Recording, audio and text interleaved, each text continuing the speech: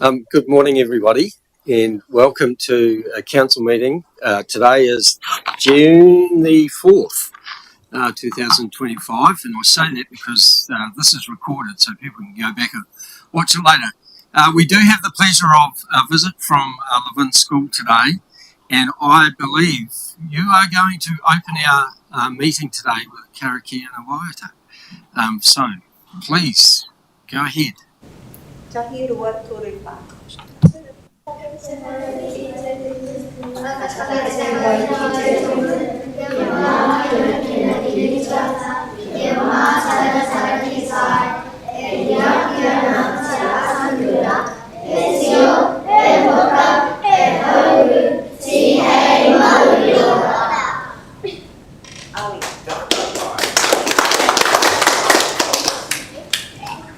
We would like to thank the Hospital Council for inviting us to visit today. We are lucky to meet the mayor. We enjoy creating art like Hendrik from Dawson. Thank you for displaying our art for others to see.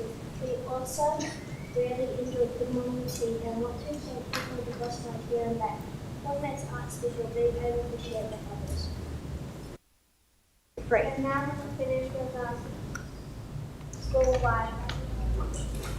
Ethan?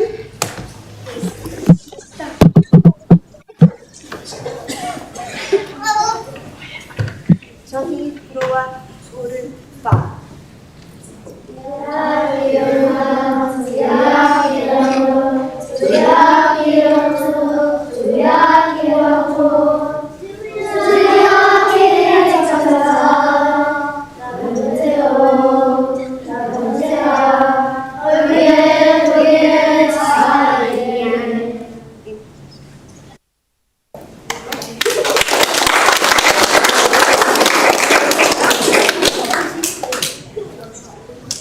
That's fantastic, everyone. Thank you very much. And I'm going to hand over to the person that organised all this today, Councillor Jennings.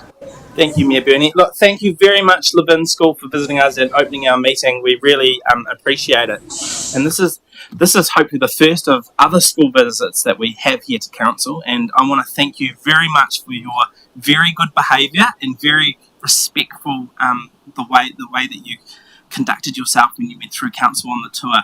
You showed great school reach values. So we want to give you a big clap and thank you very much for visiting us today.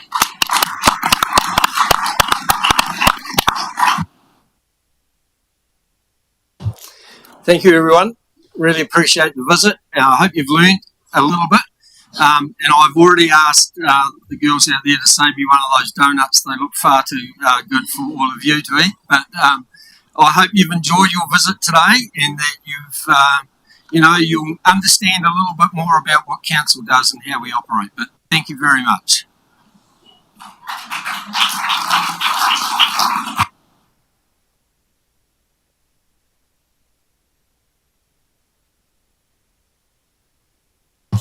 Enjoy the rest of your day.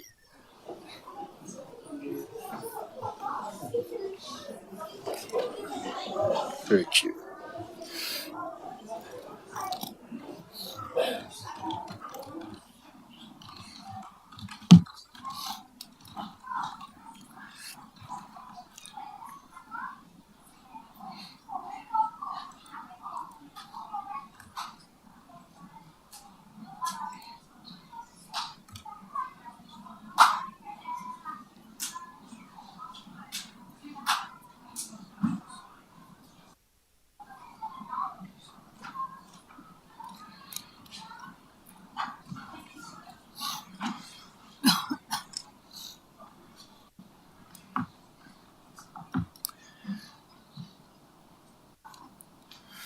Well, good.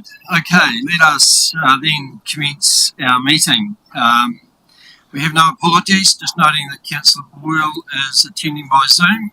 You can hear us, Councillor Boyle? Yep, loud and clear. Thank you. No late items. Are there any declarations of interest? All right, there being none, let's get into our reports on 5.1, the local water done well service delivery model. and I'm going to ask the Chief Executive to introduce this topic.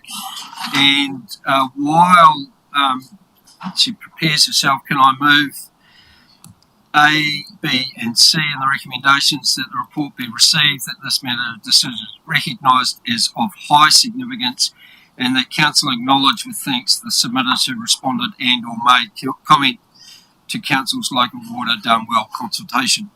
Seconded by Councillor Jennings. All those in favour? Against? Carried. Thank you, Chief Executive. Morena tātou. We're here today to present information to Council in order to assist you with a decision around the future water services delivery model for Horowhenua District Council. Councillors will recall the many workshops, conversations and council reports that you've received, not just in the last 12 months, but actually over a period of many years where different governments have navigated a conversation with New Zealand about the future of water services delivery. Earlier this year, Council unanimously supported a consultation document that we went out to our community with. That consultation document included in it a number of options to inform a robust conversation with our community around how this organisation might meet the financial sustainability test as required in the Water Services Delivery Plan as mandated by government. Councillors will recall that while initially a two-council model with Kapiti Coast District Council was our preferred option, very closely to the adoption of that consultation document, that no longer became an option because Kapiti Coast District Council put its commitment to any water organisation in a bigger full council model. Through that process, as a council, you endorsed that the full council model of Kapiti Coast District Council, Manawatu District Council, Horowhenua District Council and Palmerston North City Council would be our preferred option, but that we would also consult with our community on a willing partner model that acknowledged the very complex and challenging sequencing of decisions through this process, but that we would also talk to our community about what going alone might be and the very financial sustainability challenges we would find ourselves in as an organisation if we went that way. As you're aware, the full council model that we consulted on as our preferred option is no longer an option. Both Manawatu District Council and Kapiti Coast District Councils have made the decision to establish independent business units and will not be part of a shared water services entity in the near future. As officers, we have continued to explore options and in particular have worked closely with Palmerston North City Council in exploring a two-council model. Until recently, it felt like that was going to be our recommended option to you as elected members. But many of you will recall the elected member conversations we have had across the region, the Commerce Commission advice, the Department of Internal Advice, and communication from the Minister of Local Government, which is attached to the council report in front of you. That advice has renewed kōrero around the possibility of a broader regional approach. 2 weeks ago, Rangitikei District Council confirmed its intention to join a water services organisation alongside Horowhenua and Palmerston North. Ruapehu District Council is currently consulting with their communities on this option also, and Wanganui District Council has indicated they remain open to the idea, with a decision expected in July. Today, as officers, we are recommending that Council form a water organisation with those willing partners in the Manawatu-Wanganui region. Part of our advice to you today is based on what certainty we have in front of us, but also to acknowledge the uncertainty we have in the decisions that are still to come from those councils who have not formally made a decision. I note in the report the advice that we offer to Council around Council's actions and advice and recommendations to date. The consultation process that we went through with our community, noting of course that consultation was done not under the Local Government Act, therefore not triggering our significance and engagement policy, but via the Water Services Delivery Plan, which provided a more streamlined consultation process. The report in front of you then highlights the options available for Council to consider and debate. I want to particularly comment on the role of iwi hapu in presenting this report and acknowledge the joint submission, but also the individual submission from Te Tumata Kahuki. It is very clear that iwi hapu want to have a continued voice in the management and provision of water services. And I can't give advice to Council at this point in time about what that would look like, but note that that is a future decision-making point that Council would need to take with its partners, both councils and iwi hapu, as we navigate any negotiations around shareholding agreements or statement of intents that may fall out of a water services delivery plan. I also want to emphasise to Council the very clear direction from the Minister of Local Government that the government is not willing to provide an extension to councils. There was some strong sentiment in the feedback from community about delaying a decision in order to provide another round of engagement for our community. And I want to acknowledge that feedback, but I also want to reiterate to elected members that that is not an option available to you. It's not my advice that we delay a decision because we are legally required to submit a water services delivery plan by the 3rd of September, and we require a decision in order to put ourselves in a position where we can do that on time and meet the legislative requirements. My final comment before I take questions is just to give councillors assurance that not only has this report been through legal review, but in particular the way that we have constructed the draft recommendations, we have sought to ensure that we are protecting the decision-making process of Horowhenua District Council so that whatever decisions you make are not impacted or unwound by any decisions of subsequent councils. Noting that that has been quite challenging because there is no legal mechanism to allow for multiple councils to make different or similar decisions at the same time. So we have done our best to navigate that. Hence the very deliberate wording in the recommendations that recognise willing partners where we have certainty and willing partners where we don't quite have that certainty yet. And then finally, I just want to draw your attention to recommendation G. And we will have it up on the screen when you get to the point of debating a way forward on this. But I just want to highlight some slight change in wording which allows to ensure that we've got consistency should council want to consider that joint water service organisation at scale with the other councils.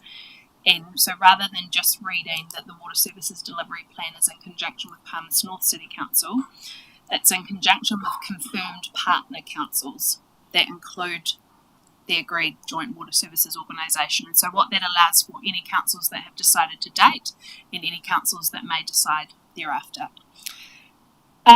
And finally, I just want to acknowledge the team who have put all of this work together. I think in years to come, we will look back at this and there will be a lot of learning about the role of legislation and the role of setting policy and not being thinking about the unintended consequences of how that enables democratic decision making. We know that there are a number of future decisions that are still required by this organisation and particularly by you as elected members, depending on what you decide today. But what we do know is that whatever decision you do make sets a very clear direction on a way forward that will ultimately change the face of Horowhenua District Council. Happy to answer any questions, Risha.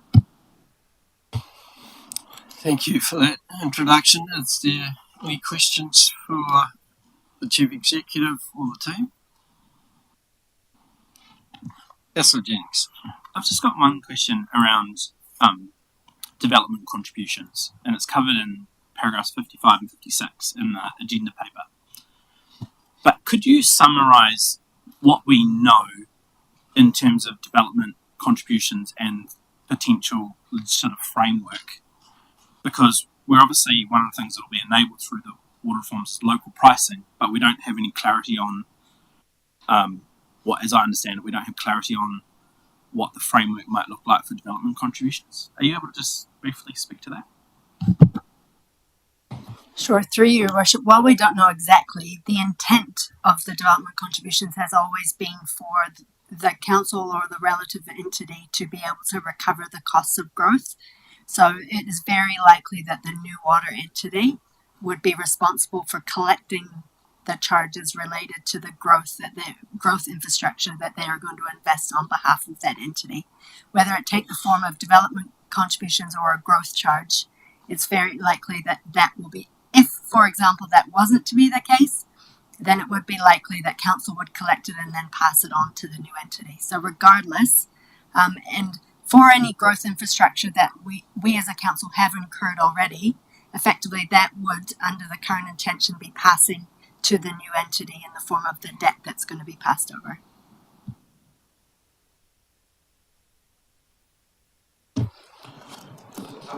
Good, guys. I suppose just picking up on that question, it'd be good, I suppose, to share with the public about what that administrative role of the council would be in the transition period. What is exactly that we have to continue to do, and what is the entity going to do, and when do they pick up those services? All really good questions, and the answer is we don't quite know yet, because it depends on the development of the statement of intent shareholding agreement on, first of all, the timing, but ultimately, until transition has occurred, council remains responsible for the delivery of water services. But there is a point in time where council can no longer legally rate for Three Waters, and that is when we would anticipate at the very latest a water entity would need to be established. In terms of some of those transitional arrangements around, for example, collection of payment, or take, for example, are you ringing council or are you ringing a water entity to raise a complaint? That's all the detail that needs to be worked through, but at the heart of that needs to be about our customer still receives quality customer service, can still interact, but until the water organisation is established, we can't really work through all of those details. Thank you, Monique. And subsequent to that, I suppose it's probably more about, so if we can't interact, how do we ensure our community can interact with the entity, or do they not have that ability? Because I just want to understand for the community, where are their touch points in this when we ourselves don't actually physically understand even where our role sits in this entity. Yeah. I suppose just for clarity for the public, it's council that ultimately remain responsible for the mahi that we deliver on the day-to-day, whether that's drinking water into taps, whether that's collecting DCs, and that will remain the case up until that point of agreed transition. So certainly the decision for today is to move forward into a process. Some of those answers and the best answers to those questions we have will become clear through that process. But the important message for the community is that from today, into tomorrow, into next year, council still have a role in delivery of waters until such time as that water service organisation, if established and transition, is stood up. So it still remains council's core responsibility. I think, though, to your question, though, Councillor Tamihana, about touch points, I think reminding council that they're still a shareholder of any water organisation. They have a legal requirement to form a shareholding council, which this table would have representation on. So that is where we have a voice. The shareholding council then appoints the board.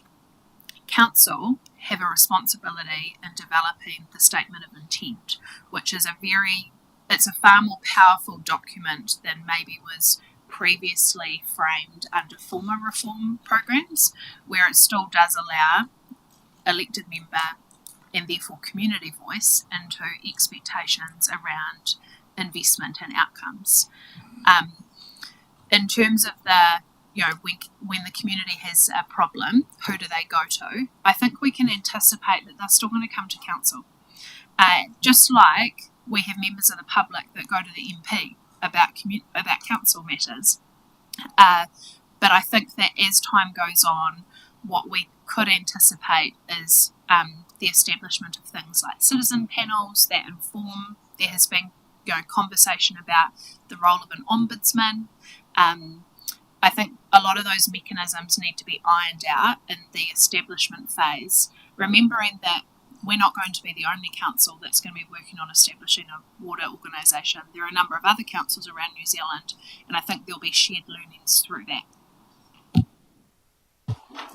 Councillor Grimstone, look, I've just really got a question for the purposes of the public, but within the paper you've detailed down the number of workshops and HUIs that elected members have gone through, which gives the public an idea of how we've got to today. But can you share a little bit about the level of work as officers that you have put in over the preceding 6 to 9 months this has been on the table, around the level of work you've had to do in terms of with other councils and the good faith sharing, just so that they get a level of comfort around the due diligence that officers have completed to make sure that us as elected members are up to speed with making the best decision? Yeah, so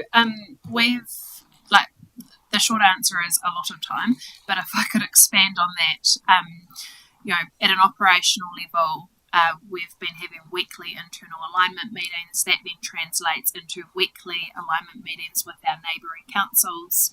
As council are aware, there's been significant modelling that's happened in the background to inform the advice that we're giving you. There's also been project meetings that then inform those project steering group meetings. It's fair to say it's taken a significant chunk of time. And then, of course, there's the layer of understanding. Just like we're going through a process, there are other councils going through their process. And as you've seen, there have been, some councils have made different decisions, and that's required a slight pivot or a slightly different conversation about, okay, if Kapiti and Manawatu are no longer in, what does that mean for Horowhenua? What does that mean for our ratepayer? How do we respond to that?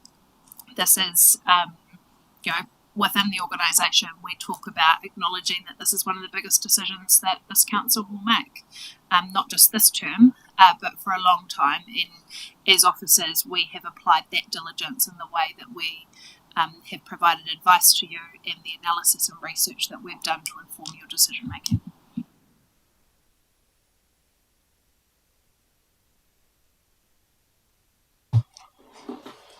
I'm going to ask another question. Councillor Tamihana. I just note that recommendation F is to agree in principle that we move part of our dedicated stormwater network infrastructure, including reticulated stormwater network and pumps, be transferred. I just wonder, why did we identify just the stormwater and not the other assets in those recommendations? Do you mean versus drinking water and wastewater? Yeah, of course, because we're talking about 3 waters here, local water done well. So I'm just wondering why we don't have a recommendation that frames those. And then the other part I was thinking about is in the shareholding agreement. I know that's still to be formed, but if this council don't like the directive of that organisation, what is the ability for this council to remove itself as a shareholder? Do you want to answer the first one about stormwater?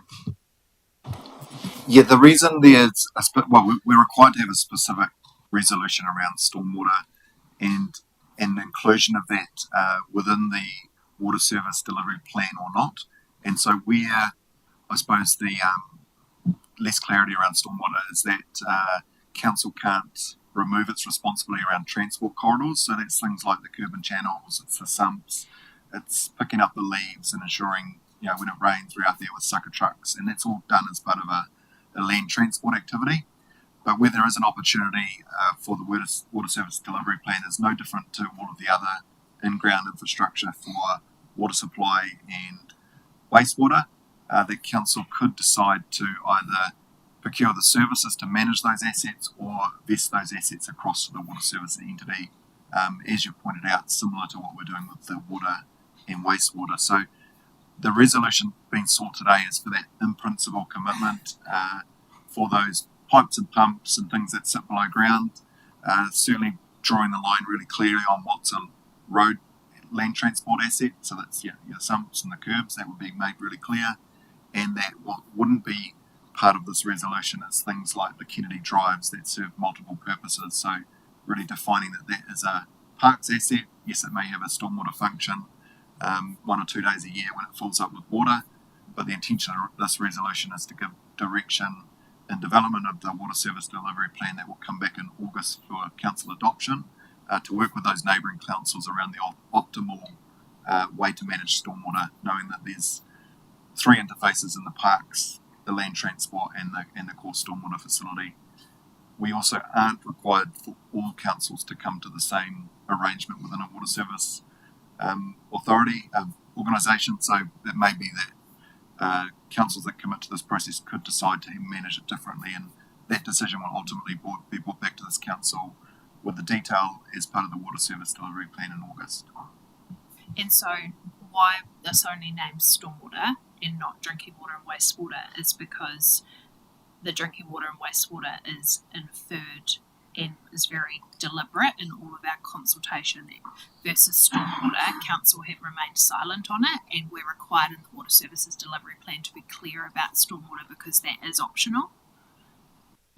But it's the optional one that gets me though, because I notice in our reading, like Palmy North aren't going to commit those assets to the service entity, and so I'm just, what's the distinction between that? Why did they have the option to do that and we potentially don't? Through your worship, a lot of the councils haven't thought about the stormwater clearly yet as well, and so we're workshopping behind the scenes with them in relation to whether there are comparable approaches that we can go with. When we've worked with other councils, for example PNCC, they quite liked our approach to stormwater, so I've still yet to engage at that level. So we've got a lot of behind the scenes work and blackboarding to do with them exactly on how it might look. So I think that it's not that, for example, Palmerston City Council don't want to, it's just they've not done the work to provide that advice to elected members, versus we're in a position where we thought about that pre-consultation. We talked about it in that consultation document. Context, across, if we think about one of the drivers behind this in terms of financial sustainability and moving debt off our balance sheet, our stormwater debt is $19 million. So to retain stormwater and just shift drinking water and wastewater does change some of the advice we would offer to councillors about the fiscal benefit. But this is really about, it's not their decision to move stormwater, it's to give us guidance around what we weave into the water services delivery plan. In terms of your question around if we get to a position where we're in a water organisation and things aren't doing what we want it to do, how would we exit? I'm just going to hand over to Dan Bonifant, who's online, and I'm going to get him to answer that. Morena, hopefully you can all hear me. I can't see you today. Yes, I think, thank you, Your Worship. You will need to establish provision in your foundation documents for the exit of a council, but that I think you need to think about that as a kind of a last resort position. As a shareholder and an owner of the water service company, you will have a significant ability to influence its direction along with your fellow owners. And if it is doing things that you don't want it to do, or in a way that you don't want it to do, you have tools and you have processes by which you can influence those. You have the statement of expectations that will be issued that will set the direction for the entity. You have the ability to appoint and remove the directors. So you have ability to influence well before you should start thinking about the only option here is to exit. Any process around exit should be as structured and deliberate and as detailed as you've gone through about the process to enter. You would not want to create an exit provision that allowed for a short-run exit of one of your partners or yourselves from an entity like this that has been designed to take a very long-term view of delivering a core service of yours. Hope that answers your question. Thanks, Dan. Councillor Jennings. Yeah, thank you, Mr. Mayor. That question, that answer from Dan has sparked a kind of another question for me, which is, if the foundational document needs to provide for that, presumably the foundational document will also need to provide for the process and mechanism by which other councils may later join the entity, and we would want to ensure that those measures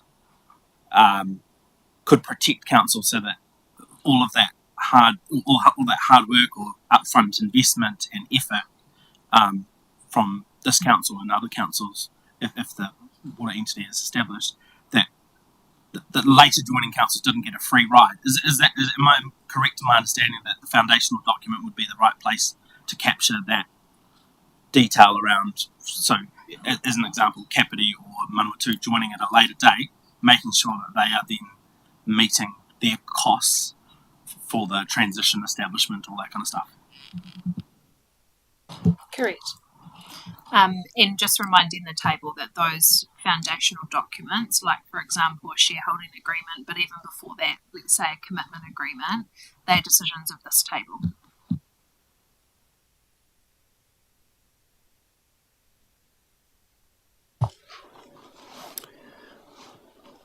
No further questions. Thank you, team.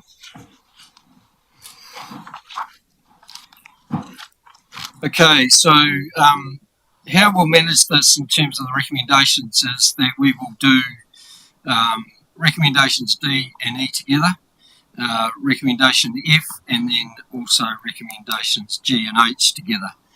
So recommendation D, the council adopt as its future water service delivery model a joint water services organisation in the form of a water services council controlled organisation, water services organisation with Palmerston North Council and Rangitikei district councils. And then E, that council note the other councils in the Manawatu-Whanganui region, namely Ruapehu District Council and Whanganui District Council, who are yet to make these substantive decisions on their water services delivery model, and that there remains the potential for these councils to want to join an arrangement that involves Horowhenua District Council, Palmerston North City Council and Rangitikei District Councils. I am happy to move those. Do I have a seconder? Councillor Olsen, thank you. Look, as mover of this, obviously this has been a topic of discussion for some time. As the Chief Executive alluded to, there has been a huge amount of work that has gone into getting us to a position where we are today. And before I get into my reasoning in terms of why the view that I have, I just want to acknowledge that work and the team that have continually offered us information, data, and the opportunity to ask questions and that. And I do want to acknowledge Dan for the work that you have done in terms of providing us with the modelling and the explanation for a lot of that modelling. It has made our job, I think, much easier to understand and to reach a decision today. So I just want to ensure that your work has not gone unnoticed, and we do appreciate it. Look, it feels like sometimes we are in a maze with this issue. We've gone down some path, and then all of a sudden there's a barrier at the end of it, and we have to change course and go in a different direction. But it's always been my view that scale does matter. In the end, our ratepayers long term will be better off if we have that scale. And to try and get past that short term view of 2 to 3 years out and look at it in a longer view, 5, 10 and longer out, I know it's difficult. It's problematic because, we're relying on that modelling to be correct. And as we know, any predictions around how things might be sometimes don't necessarily work out to be. But the modelling is done on what is in our long-term plan. It is things that we have signed off for the future. So if there is any reason why that modelling doesn't necessarily come to fruition, then part of that reason will be because we haven't actually done our long-term plan thinking correctly. I do believe that, the prospect of having 4 or a 5 council entity is much more attractive longer term than what might have been even with a 2 council entity. I think it feels like the political dancing around the forest sometimes means that it takes a little bit of people to see the sunlight through the trees, and I think that's been reflected in the fact that both Rangitikei and Ruapehu, who have in the last few weeks almost changed their minds about where they sit. So I think the more work we do, the more conversations we have, and I think our decision today will set a direction that we are confident in. I know there's going to be some challenges, and that a transition into a water entity won't be easy. There will be complexities, but today is, if you like, just another milestone in the step or on that path towards finding our way out of the forest, hopefully, and being in the sunlight. So I will support both recommendations D and E, and believe that is in the best interests of our ratepayers for the future. Thank you.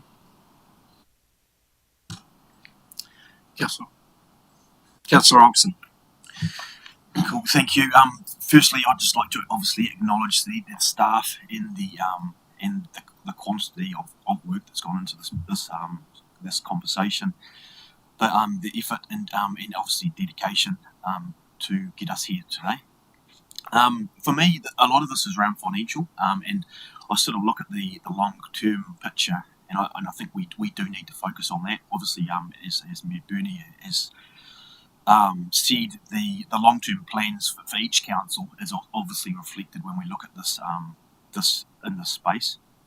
Those wider financial implications obviously drives my confidence within the space. For me, there's a lot of unknowns, obviously, still as we move forward, and I've got great confidence within our staff and the CE to negotiate that future sort of shareholder agreement, that sort of content of where we need to lie as HDC. So every confident that we can then hold our own as we move forward in that space.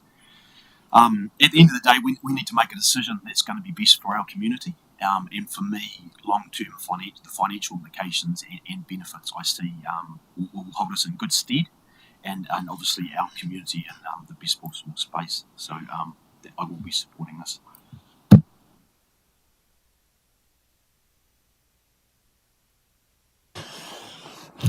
Yes, Tommy Hunt. Kia ora, guys. As others have said, thank you to Monique and the team for the astronomical amount of work that's gone into getting us to this point. It doesn't remove some of my scepticism, to be honest, with this entire process and what our community have had to endure from Three Waters through to Local Waters Done Well and the journey. I think at this point in time, I'm going to be quite honest here and say there's still too many unknowns. There's no real options today, and we're bound by law and legislation. one of the things that scares me is the wording harmonisation is gone. And that was one of the key things I think that drew me to why the multi-council model had merit, because it shared responsibility and outcomes that all the districts would have felt and appreciated, coinciding with one another. If I had my choice today, I would have chosen option B, page 22, which was to retain the service in-house. But I know that that's neither fiscally appropriate or a responsible decision that this council should make given what's been put before us. So really I don't have any other option today but to support the current recommendations that are before us right now, and so that's what I will do, but on record, hesitantly do. Kia ora.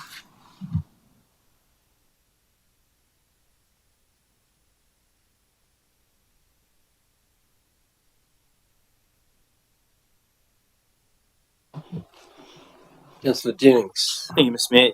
Yeah, look, I'll be voting in favour of the motion this morning. It is, I think, the best and only option in front of us at the moment. Going alone is not an option, and I thank the team for the significant volume of advice, information, the financials, and the clarity around what each of the pictures look like for the different options that we did have. But I think it is clear that the multi council option is the only realistic option. The only thing that potentially makes me a little bit uncomfortable is that unfortunately our community hasn't given us a really good steer on where their comfort sits around this. We had 92 submissions, and although a majority of those were in favour of the multi-council option, we have 12,000, I think it is 12,000 connections, drinking water connections in our district, and so we're essentially making this decision today as representatives with all the information in front of us on the basis of what we think is best for our community now and in the long term. And I think our financials and debt picture really reinforce that this is the best option for our community, and that particularly in terms of our vision and desire for growth and the need to back growth and facilitate growth, that is the way that we are going to achieve that debt picture as well will improve in terms of both council and a water services entity. So yeah, I'll be supporting the motion today. Deputy Mayor.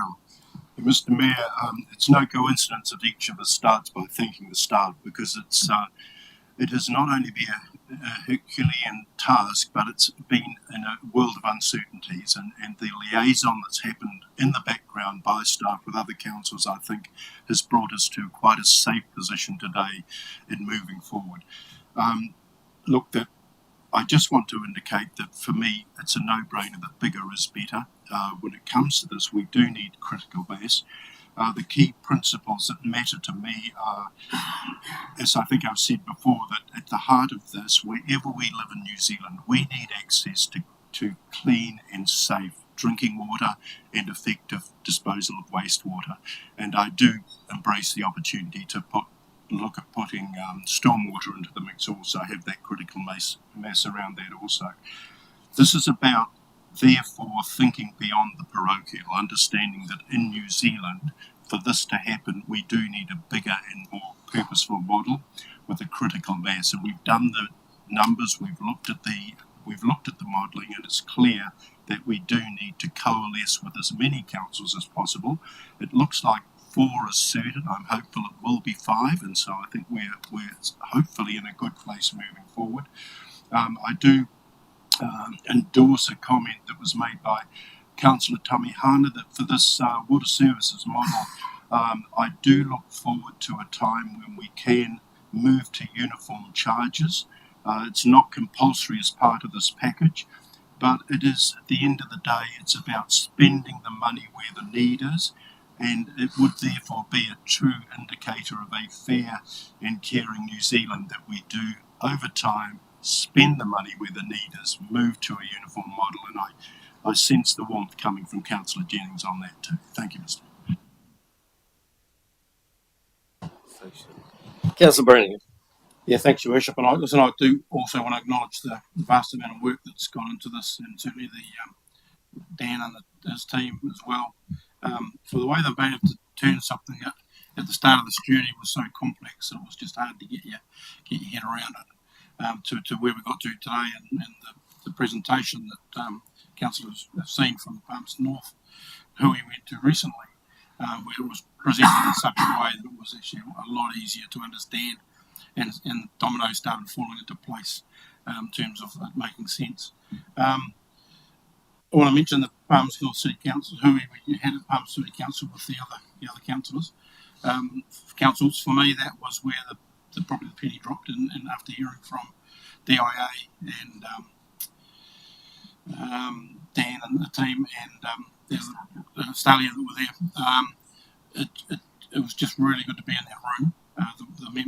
Those of us that could make that, to hear all those questions and get those answers in that forum, I thought was really valuable.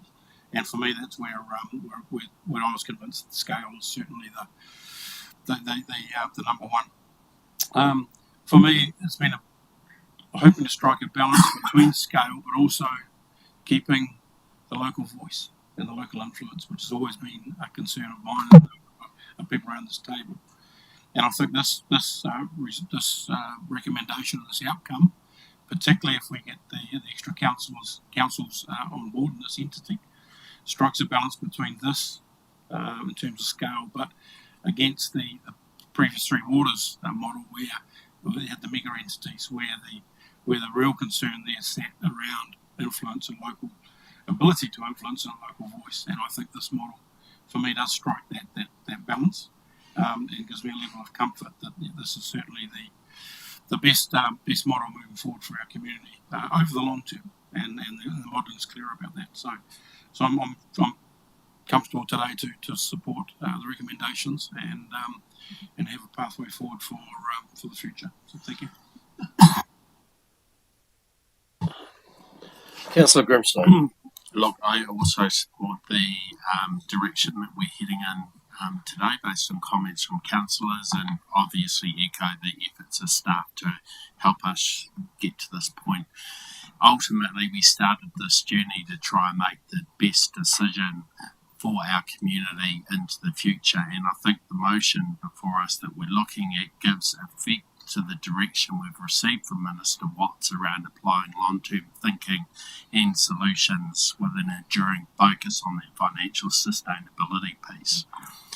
When we come to the question of what is best for our community, this decision today we're about to vote on is about chasing the most optimal solution for our community, and that optimal solution is the solution of the five.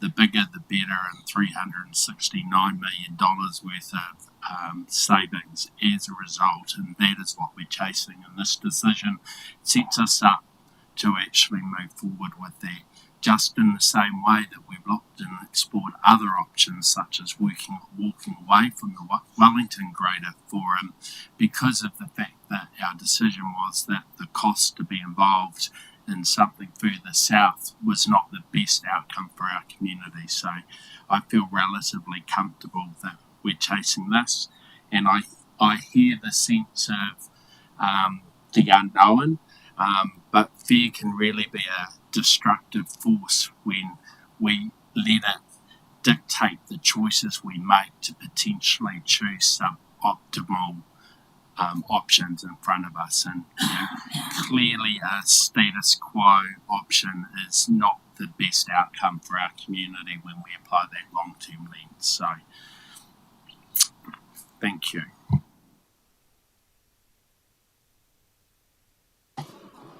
Councillor Horry-Depar. Kia ora. Today I'll be supporting the motion. I just want to acknowledge the event at the centre of all this work and those that were impacted, and hopefully never to be repeated. For our submitters, thank you for your contribution. Although small, as identified by Councillor Jenny, it was mighty. So kia ora. For staff, for your mahi and support, to make an informed decision, a future decision based on what we do know. So I'd like to say thank you. Kia ora.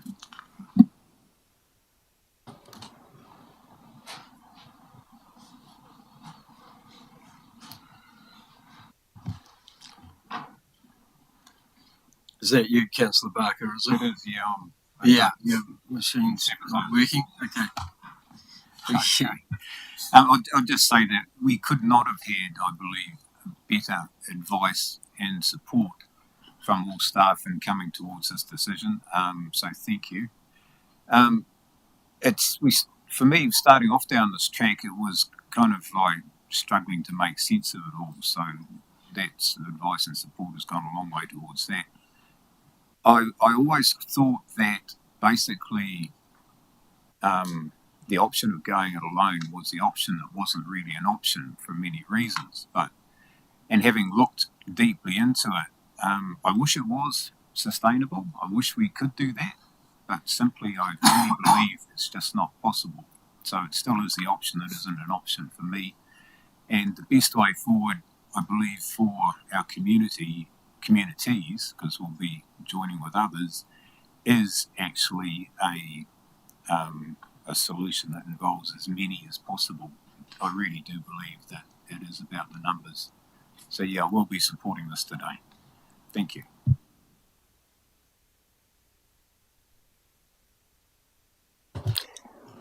No one else wishes to speak? Okay. Just in closing, before we do vote for this, look, I just want to acknowledge the fact that we've been talking about this since 2017. Here we are, 8 years later, finally, in some respects, making a significant decision that will impact our ratepayers for many years to come. We don't do things quickly in New Zealand, do we? We make sure that we have plenty of discussion and debate, and there will always be two sides to that debate. And I get the fact that there is a degree of uncertainty, there is a degree of hesitancy about what lies into the future. But when it comes to making major decisions, I do want to acknowledge the fact that you are in a best informed position to be able to do that today than just, sort of a spontaneous off the cuff type of decision that we have considered, we have thought about it, we have ensured that all the information that we've had, both from within this organisation, but also the modelling and the conversations that we've had with other councils, has brought us to this point today. And this is by no means the last discussion we're going to have about this entity delivery or implementation plan. There will be many, many more discussions to come, but I think this is this will be a step in the right direction. So acknowledge everybody's understanding of the issue, their engagement in the issue, and today, shortly, we will reach that milestone where we've been waiting for quite some time. So, with that, we have recommendations D and E in front of you. I won't repeat them again. All those in favour? Against? Carried unanimously. Thank you very much.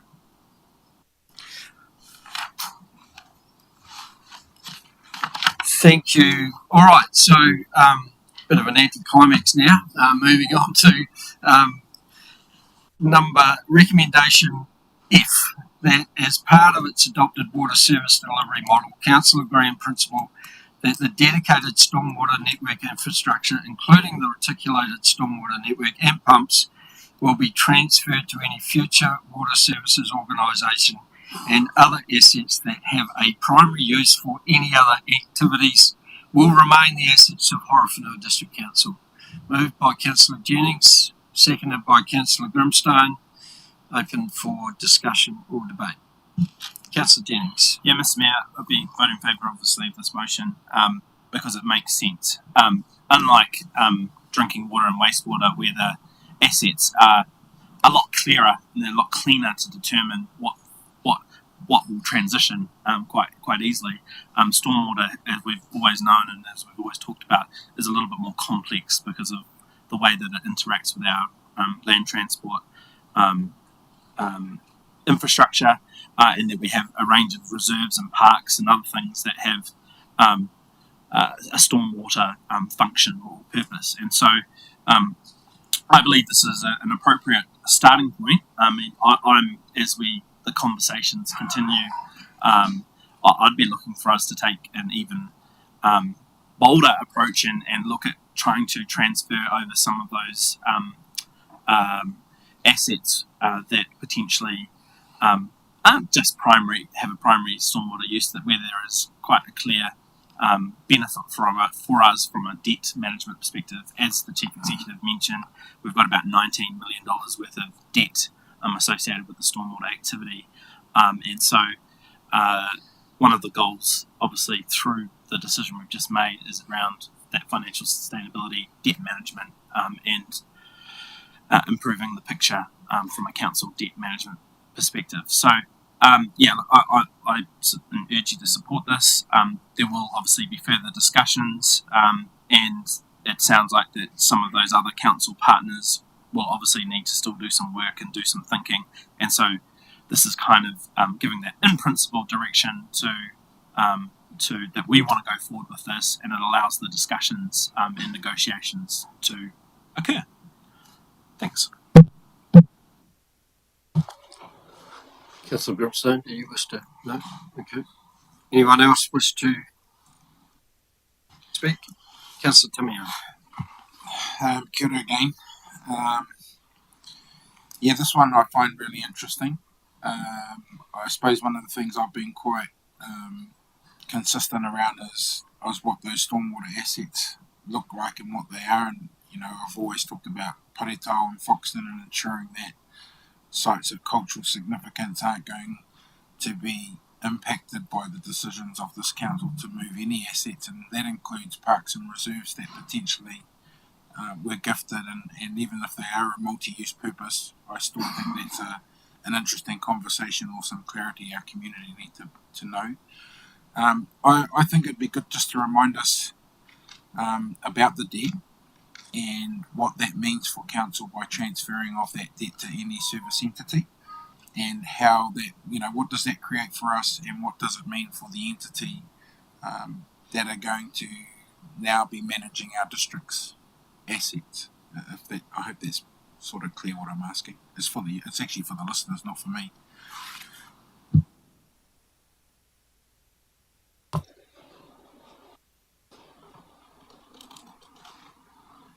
Is that a question? Because sorry, I thought we were in debate. Yes. Okay. I'm sure though that the question has been noted and will be referred to at some stage. Although, is there a quick answer that you want to respond to? With your permission. Yes, certainly. With your permission, Your Worship. So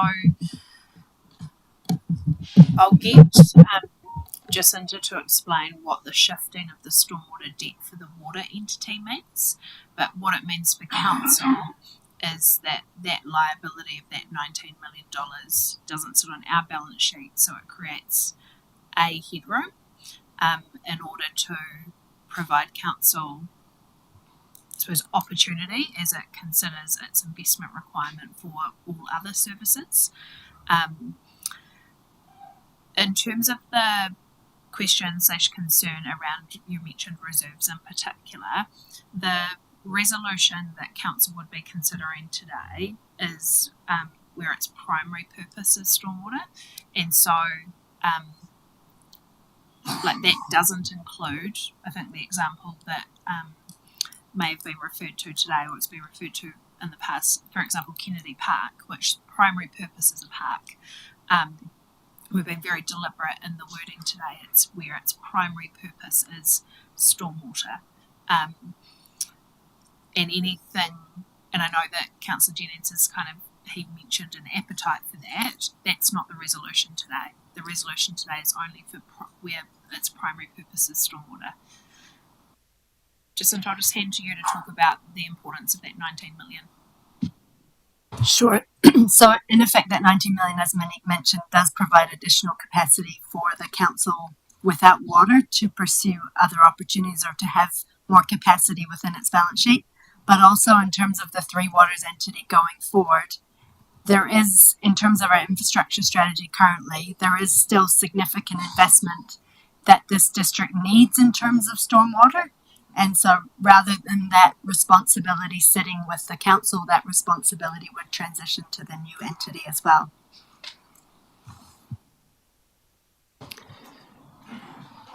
Just noting, normally we would have finished question time by now, but I just think it's important that people understand exactly what we're doing. So happy to allow that clarification in terms of what's going on there. Anyone else wish to speak? Right, a reply, Councillor Jennings? No. In that case, I'll put the recommendation F. All those in favour? Against? Carried. Sorry, Mr. Councillor Boyle. I just need to check. My apologies for your camera's not off, so I'm not sure. Favour. Yeah, right. Your camera's off, so I'm not sure. Thank you. All right, so now we get to resolution G, and this is the one that there might be a slight change in wording. Now we'll read the council direct the chief executive to prepare a water services delivery plan in conjunction with confirmed partner councils that includes the agreed joint water services organisation, and then return to council for approval before submitting to the Secretary for Local Government by the 3rd of September 2025. And H, the council direct the chief executive to continue to work with Whanganui and Ruapehu district councils to inform their decision-making processes and return to council with advice on the status of those other councils, including whether there is any potential that a larger new water services organisation is created.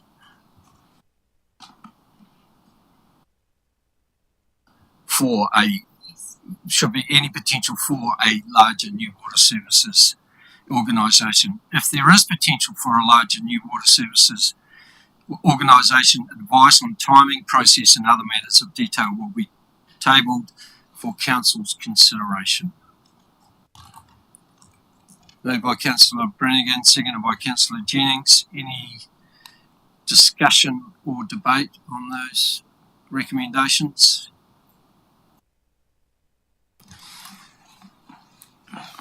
Councillor Tamiya. Hey guys. Again, I just wonder why we need G, and why G and H couldn't have been amalgamated, given that, in our information we're already told that a service watery plan between these two entities doesn't meet the threshold. So I just sort of wonder why we would press the button on starting that water service delivery plan with PNCC and not await for the decisions of those other councils.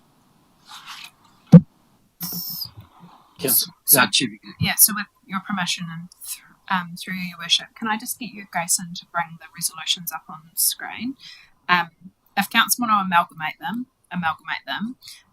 The wording has come via the legal advice, but what I want to emphasise is that the development of the water services delivery plan is in conjunction with confirmed partner councils. So it wouldn't just be with Palmerston North, it would be Palmerston North and Rangitikei, and then knowing that Ruapehu make their decision in a couple of weeks, and then Wanganui in July. The reality is we're going to have to do this work in parallel. If we wait for the decisions in July, we're not going to meet the legislative requirement on the 3rd to have it submitted on the 3rd of September. So the intent behind this is Council have said we're establishing a water organisation. We know with certainty Rangatiki and Pāme. We don't quite know Wanganui Ruapehu. Monique, can you get on and make sure that we're going to meet our legal requirement of submitting a water services delivery plan? Do that in a way that makes sure that you partner with the willing councils. So that's the intent. If you read it in a different way and you're worried about it, then we can flesh that out. Yes, so Yes. that was just the slight amendment I spoke to. Yeah. Yeah, so we did indicate at the beginning that the wording especially didn't include Rangatiki and other potential partners. I'll put those motions then, G and H. All those in favour? Against? Carried. Thank you. And Councillor Boyle, I assume, well, I shouldn't assume, you were in support? I was in support of both, yes. Thank you. All right. Thank you, everybody. Councillor Jennings. Me, Bernie, with your permission, I just wanted to acknowledge actually our in-house water team, Yes. free water team, because it has been a really uncertain period for them over many, many years. And I think with today's decision, it obviously gives some clarity around the further direction of travel. But I just did want to acknowledge all of their hard work and the uncertainty that has kind of been part of their professional lives. You know, we've got a really dedicated expert team that are out there 24/7 doing the work, and I just wanted to acknowledge them and thank you for letting me do so. Thank you, Councillor Jennings. Fully endorse those comments. All right, we can move on. Well done, team. Thank you very much. Right, thank you, Dan, for your presence today as well. He's already gone. Yeah, it's gone to Pastor's Council. All right, our only other item on our agenda today is 5.2 on page 51. The Western Park baseball fencing.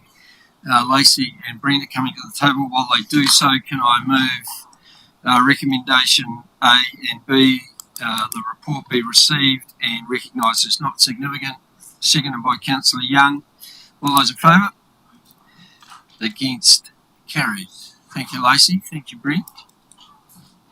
Thank you, and kia ora koutou. Firstly, I just want to acknowledge Hendrix Warren from Levin Hustle Baseball Club, who is here today and has been helping officers as we've looked for solutions.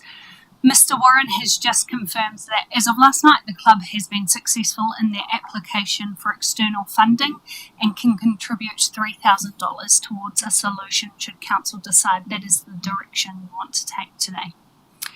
As you heard earlier during public forum, the Parks and Property team have been in discussions with two neighbours of Western Park, following the baseball tournament last year when a window was first broken. Since that time, we've been investigating solutions, and these have been outlined in the report. Some of the accounts we've heard this morning during public forum is differing to baseball game and tournament attendees. However, there is no doubt that the situation is not only affecting the neighbours, but also players and supporters. A few points I want to clarify before we take questions are that the Levin Hustle baseball players are 16 years and under. Council has sought legal advice and has been assured that we are adhering to the relevant rules and regulations, and this includes a requirement to notify when games are scheduled to take place. Are there any questions? Councillor Jennings. Thank you. Lacey, Councillor Grimstone sent through a series of really useful questions ahead of the meeting.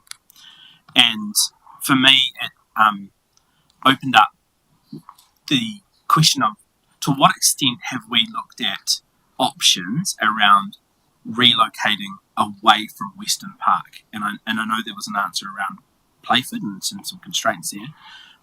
but what does the opportunity or option look like for relocation to potentially Donnelly Park, or are there any other suitable locations that might be on the table? Thank you for the question, and through you, Your Worship. Councillors may recall that as part of the Donnelly Park concept plan, where we looked at the future growth and potential of Donnelly Park, that baseball has been included in that concept plan. This was in conjunction with Council's decision to have Western Park as a non-core asset. And so that is still an option. However, it is something that would be for Council to consider potentially in the future as part of the wider development of that park. Can I just have a follow-up? And so the key considerations in a total relocation away from Western Park, is that essentially the capital cost would be associated with creating the diamond and the drainage? Is that my understanding, that that's essentially the biggest ticket item? Apologies. Yes, you were right. There is significant costs in terms of sports grounds with relocating diamonds to another area, more significant than, say, a fence at the moment. And as you may have seen in the report, the proposed fence could be relocated to another area if needed in the future.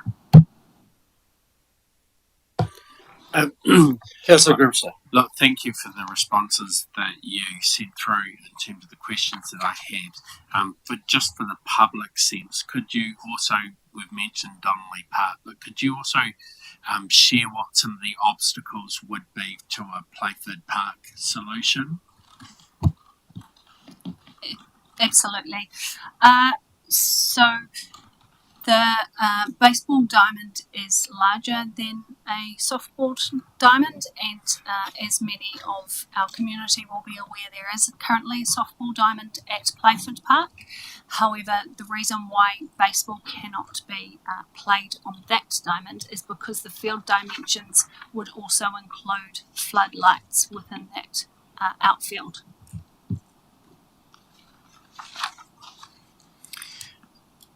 Lacey, can you just also, for the public's benefit, tell us why the diamonds can't be reconfigured and put in another place on Western Park, and how that might impact things as well? Certainly. So the diamonds could be reconfigured. It would just be a costly exercise.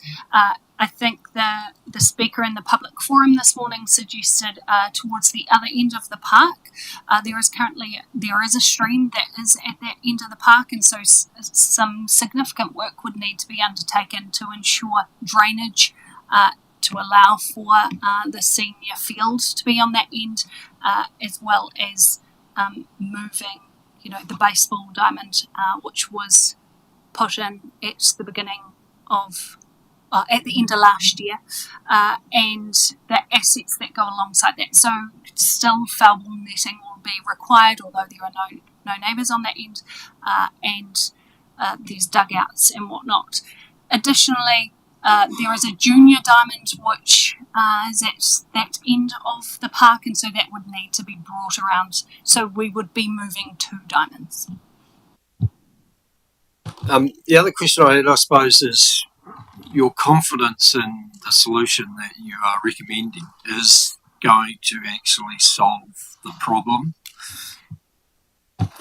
Great question. I am confident that it is the solution that reduces the most number of balls. From what we, in our discussions with the Live and Hustle Baseball Club, on average there might be 1 foul ball that goes over the current net during an average game into the neighbouring property. Of course, I do want to point out that during a baseball game it is not their intention to hit foul balls. it's in those high wind situations when there is significantly more. And so the advice that we have had from engineers is and baseball club members is that the higher fence, because of the trajectory of a foul ball, this would significantly reduce the number going over. Thank you. Any further questions? Councillor Grimstones. Just confirming, I'm assuming that the baseball club's preference is an option A over an option C. That is correct.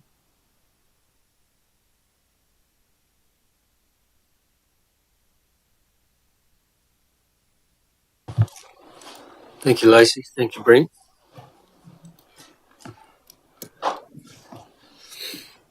So there are recommendations C or D or E in front of you. C, that council extends the foul ball netting at Western Park with a structurally engineered extension utilising the sports ground renewal budget. Or D, that council extends the foul ball netting at Western Park with a structurally engineered extension seeking external funding to pay for this. However, if unable to source external funding by the 30th of June, it will utilise the sports ground renewal budget. Or E, that council co-funds an extension of the foul ball net for it to be managed and implemented by Levin Hustle utilising the sports ground renewal budget. Any councillor wish to move either of those recommendations?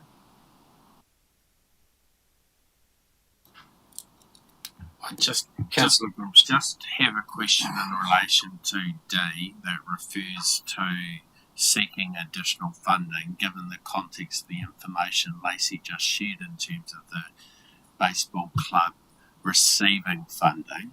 So really that's either a C or an E option in front of us versus D.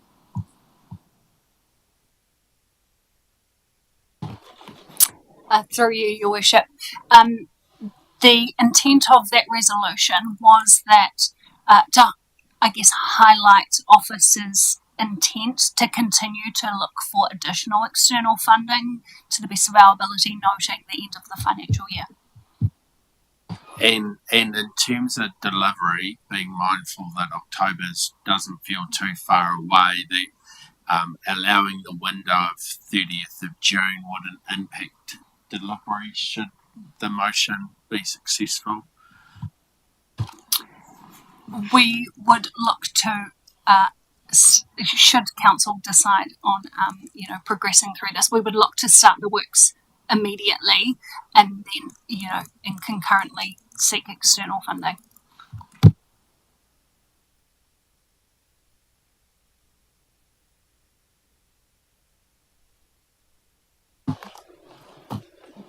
Councillor Horridge-Parr. Okay, apologies for this, because after your questions, I now have a question, which is, which sports miss out if that funding is utilised?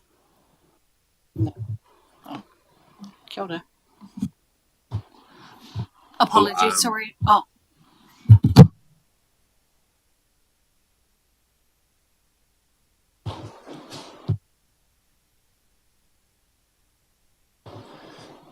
Who would miss out if the CapEx funding was utilised?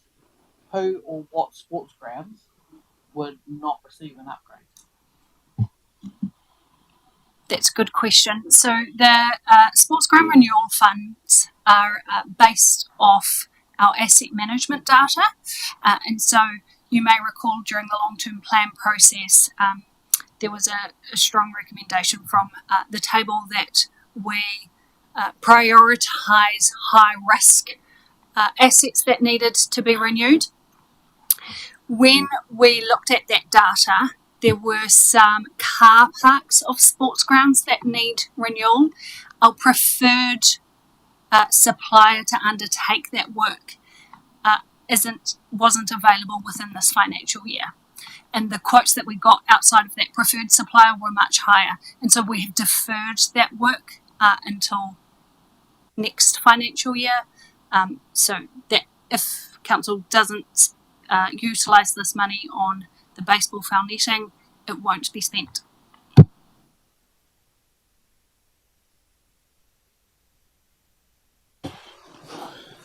Councillor Tamihana. Probably a bit late in the piece to ask. Well, we haven't got a recommendation on the table No, yet. we don't. So We don't. I just wanted to point my direction to page 85 of the report. Actually, and I just wonder whether we amend a comment in there before we move forward.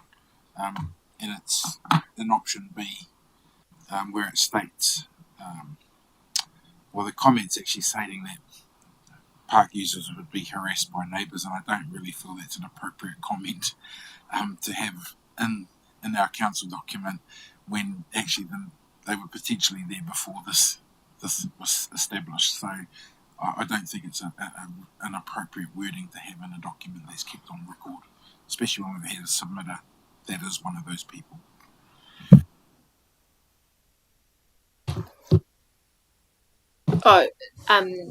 Yeah, I note your comments, Councillor Tamihana.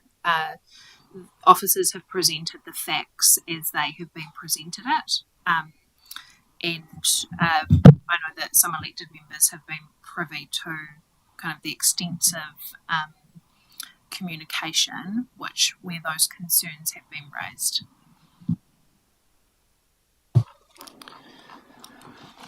Councillor Grimstone. I'll happily move option D, that the council sees the town needing a Western Park using a structurally engineered extension, seeking external funding to pay this, and if it's not successful by the 30th of June, to utilise the renewal funds. Seconded by Councillor Young. Thank you. So it's on the table. Do you wish to speak to Councillor Grimstone? Yeah, look, I obviously had a few questions in relation to this item, and I did find it really helpful to head down to Western Park and re-familiarise myself with what infrastructure was already there. Initially I was looking at $77,000 to put up some nets as no-go. But I think what we've heard today, what I heard on Monday when we went down and happened to speak to Mavis as well, is there is a very real concern here from a health and safety perspective. The amount of balls that clearly go into her property, over her property, do present a risk. And ultimately we have a ratepayer here that does not feel safe within her home as a result of that while baseball is being played. We have similar circumstances where we've got cricket clubs that border State Highway 1s and other roads as well, where we've got hazard of a cricket ball. But I think when you think about the ability for the speed of that ball off the bat, the trajectory and where it could land and what it could hit, there's a concern there. I think the other aspect here when we think about cost is this club largely has built its own infrastructure, has largely invested in the mound or pitching mounds to put those facilities in place to provide opportunities for children to play sport. In this sense, it's to play the sport of baseball. And I think that the level of funding, given that they haven't received any significant council funding or support to achieve what they have achieved to this point over the 5 years that they've been going, is rational from that support. Also, when we consider where we do choose to invest funds, circa, let's say $45,000 for every single floodlight, it doesn't take too long to work out, walking around Playford Park, where past councils have chosen to invest in sport and invest in football. When you break down the cost of the number of lights at Playford Park compared to what we're being asked to consider, which would be a safety improvement,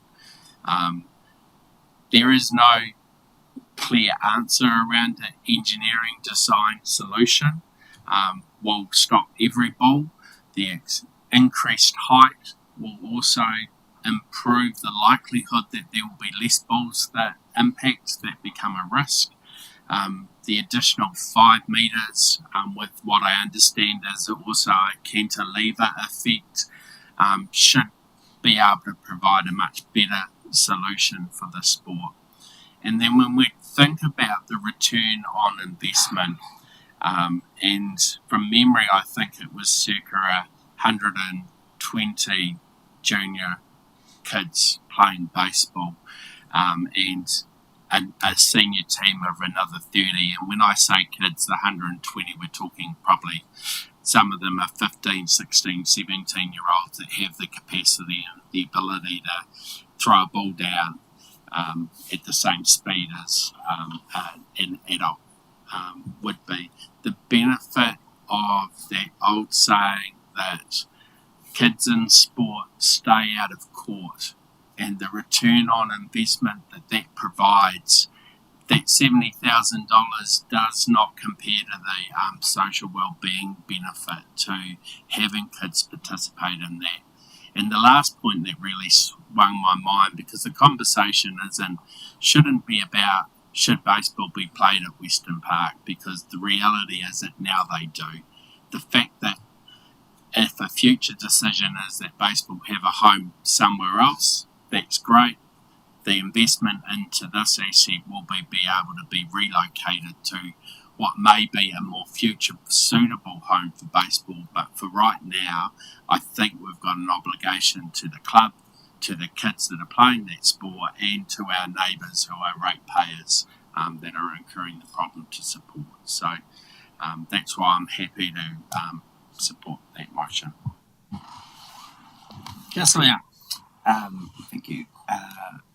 Having seen the effects of the balls and having talked to the neighbours, this seemed to be a good solution for both parties. And you're right, the Hustlers haven't had much investment in terms of sports from council, so this is a good way to kind of keep the sport thriving, because everyone that had the feel of the ball, you would not want that coming to your backyard.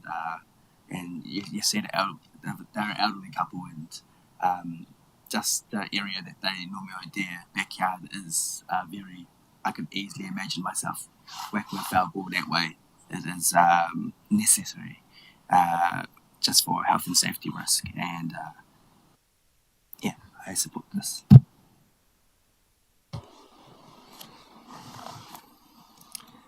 Thank you. Any further commentary? Councillor Jennings. Yeah, thank you, Mr. Mayor. Look, thanks to Councillor Grimstone for outlining, I guess, the case for option A. I have to confess, when I first read this paper, I too was of the school of thought, there's no way in hell I'm spending $77,000 on a fence.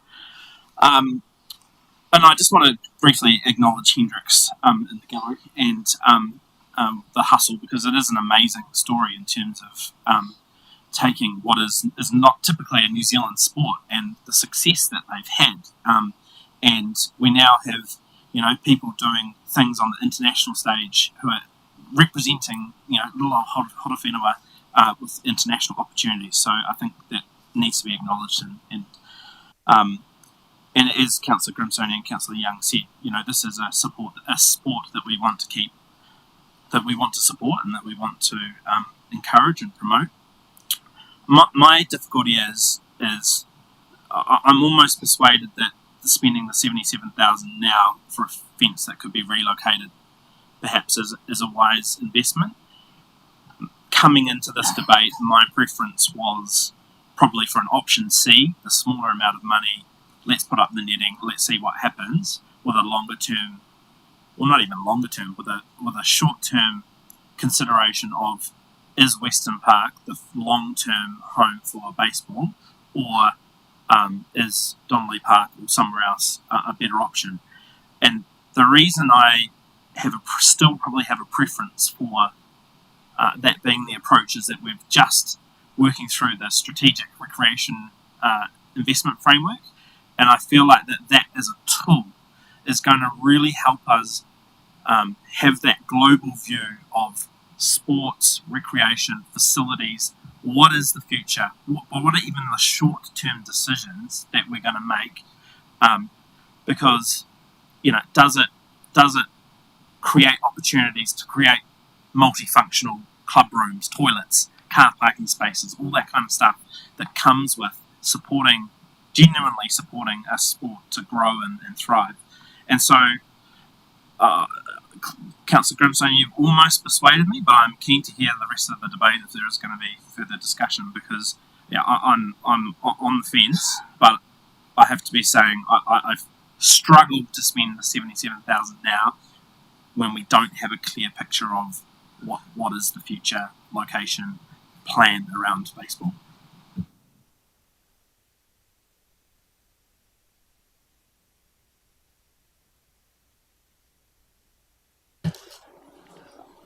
I am comfortable with the recommendation that's been that lays on the table. I too, though, when I first looked at that figure and saw $77,000, I thought, hell, that is a fence. And I do want to acknowledge the neighbours. They have legitimate concerns in terms of the issues that have been caused by the number of balls that have flown over to their property. And I too would be pretty irate if, as they said, 1 or 2 balls occasionally is not a problem, but the continual number on those particular days would set probably some alarm bells for me as well. I too do, though, want to acknowledge the Hustle Club in terms of the journey that they have been on, a fledgling sport that has now created quite a following within this town, and I've witnessed the number of people that have visited here at tournaments at various times, and the comments that I've received from those people is how good the facility is at Western Park. And the fact is that Western Park was not used, was underutilised. It was a bare piece of land that had nothing on it. So the fact that recreational activity is now being used on that open space, I think, is very positive. And I also, having heard the discussions around the future of Plan Change 6A and how important Western Park was to be retained as a reserve, and that there did not need to be, that we didn't want to lose that. I think a solution that hopefully satisfies the neighbours in terms of preventing the vast majority of the balls flying into their properties, but also retains a club that is thriving and hopefully will be around for the future. And as Councillor Grimstone says, the investment that we're making in our young people, I think, is really important in that space. So I am happy to support this on the basis that this is not new money. We're basically taking out of it an existing budget, and while that might have some impact further down, I believe in this instance that it is being used for the right purposes.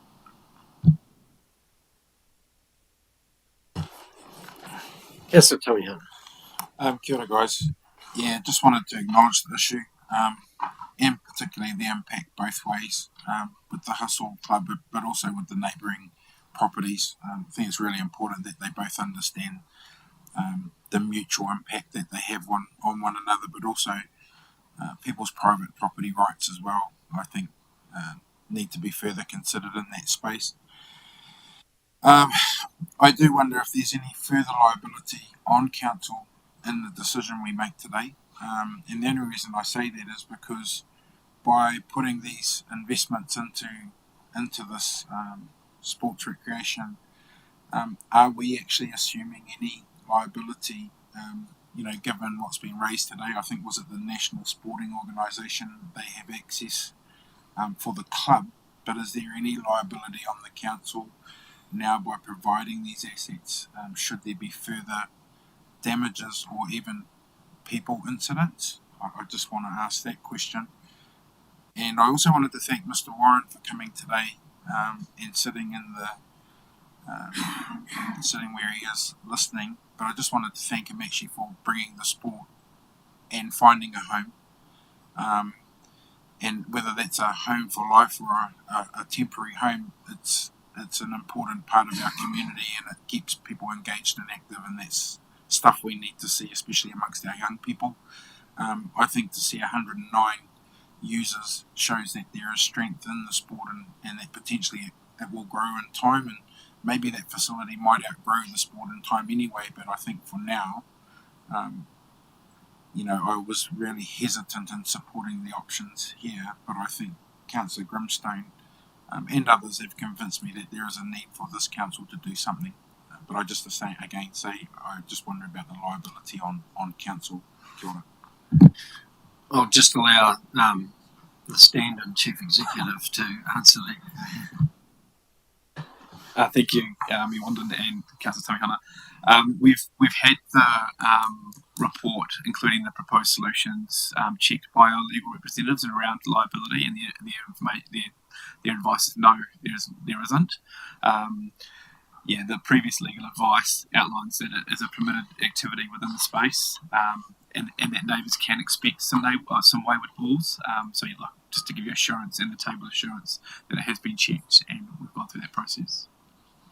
And sorry, what I didn't mention, Bernie, was just acknowledging also that there was a contribution offered as well towards this process, which I think is encouraging.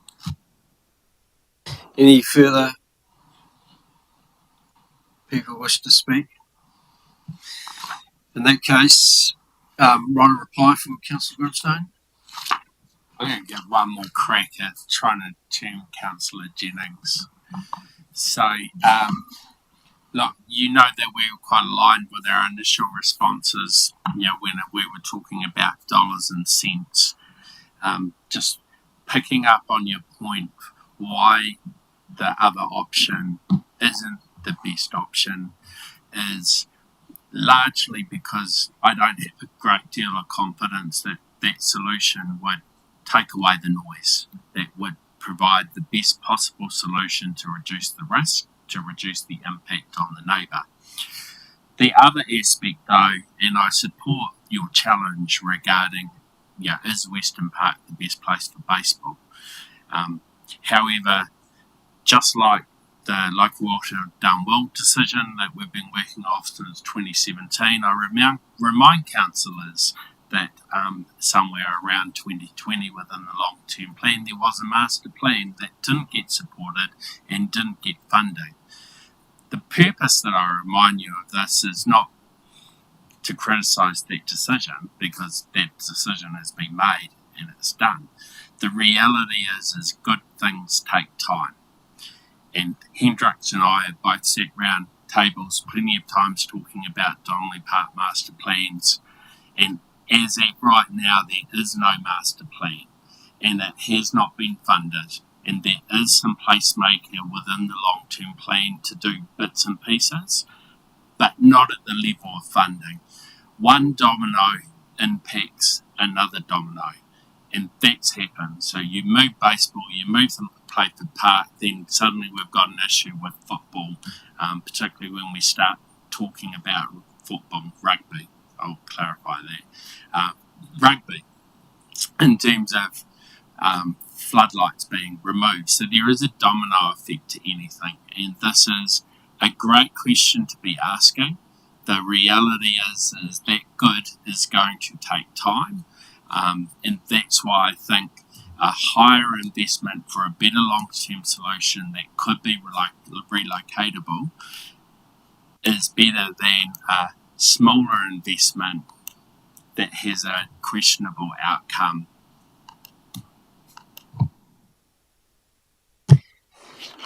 Thank you.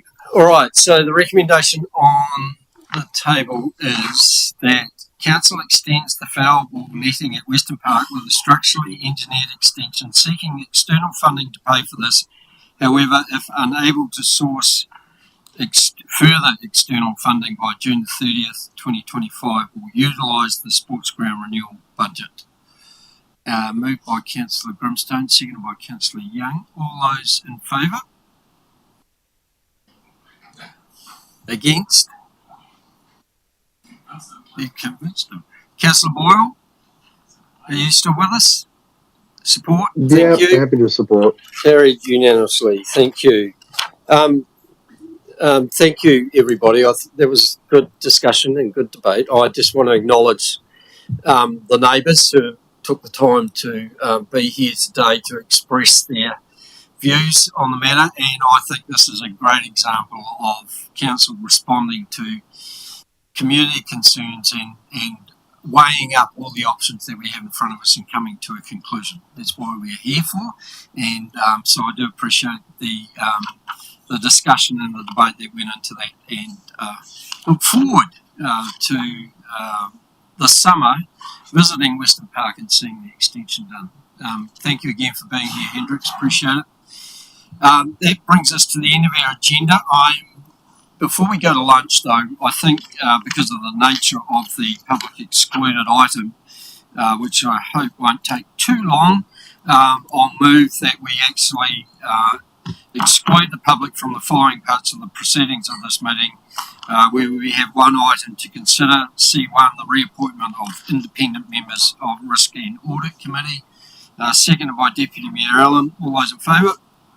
Against? Carried. All right, so just while we turn off